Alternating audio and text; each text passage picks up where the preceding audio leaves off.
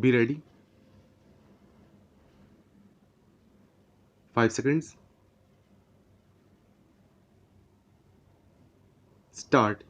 Mr. Speaker, sir, I am grateful to you for giving me this opportunity to speak on a very realistic budget presented in Parliament.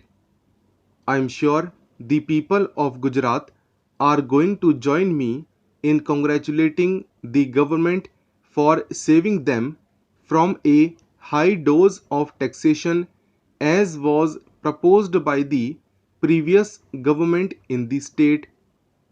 Sir, I take this opportunity of mentioning a few things more which I would not probably have been able to do as these are the state subjects.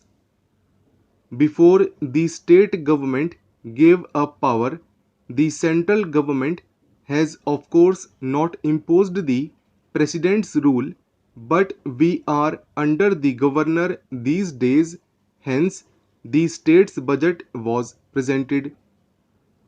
Sir, I do not know whether it has been an oversight by the administration today or whether they have carried on what the previous government had mentioned. I would like to be very specific here in mentioning about the sales tax that they have imposed on all fish and marine projects in Gujarat. I do not understand the logic behind it. As far as Gujarat is concerned, we have bigger coastline than any other state in India. Our maritime resources have not been exploited fully.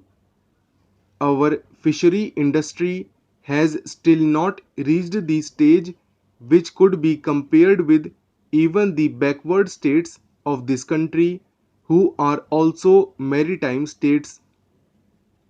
There are other states like Kerala where the fishery industry has developed long ago and it has come to the takeoff stage where from the inshore fishing they have now gone to offshore fishing. Even in those states where 50% of marine products are exported, they do not have sales tax on fishing and marine products. The Gujarat government expects a revenue of about rupees 40 lakhs to 50 lakhs by way of sales tax. I am sure that they are going to ask you also that these taxes should be imposed on the traders and on the fishermen and not on industries.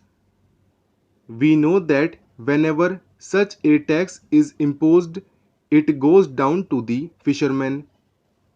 The fishermen in Gujarat are poor. We recently had an example of the export duty levied on all wool that was exported. There too, Gujarat was affected. The argument given at that time was that this export duty was expected. There too, Gujarat was affected as such.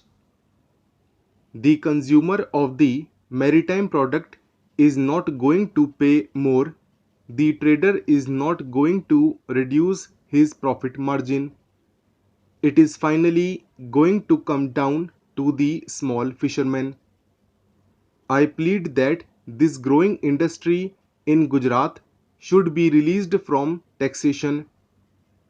On the contrary, they should have given more encouragement and incentives to this vital industry. Gujarat does not get fish only from the sea. It is probably the only state where inland fisheries have developed. The districts where inland fisheries are operating are the backward districts. The fish from these regions goes to Haryana, Rajasthan, MP and even Assam. We have to compete with fishermen from other maritime states of India, and there is a very small profit margin left. Do you mean to say that the trader is now going to reduce his profit margin and allow the poor fishermen, who are mostly Adivasis, to carry on their profession? I do not know why this has been brought in. I only wish the government would take this more seriously and at the first stroke and abolish the sales tax on fish and marine products from the state. You can consider it later. I wish public opinion there is ascertained the fishermen contacted and then this tax imposed. Why must Gujarat take the lead in imposing a tax which has not been imposed anywhere in the country, while this industry is still undeveloped there? There are a few points which I would like to mention. One is about development of tourism in Gujarat. Unfortunately, tourism and fisheries are two subjects which have always been neglected by government of Gujarat. For almost a year, we do not even have a director of tourism. Not only that, if you look into the budget, you will find that they have included tourism with publicity and information and have given it a very small budget. Gujarat has the potential of becoming a major tourist attraction center in the country. If our state government could take more interest in developing our beach resorts, I am sure the tourists elsewhere in the country will be flowing more towards Gujarat. Though I know that this is not the right place to mention about tourism, the state government may not consider this at all. I would only like this to be brought on record that tourism should be given equal importance in the activities of the state of Gujarat and our tourist potentialities should be fully exploited.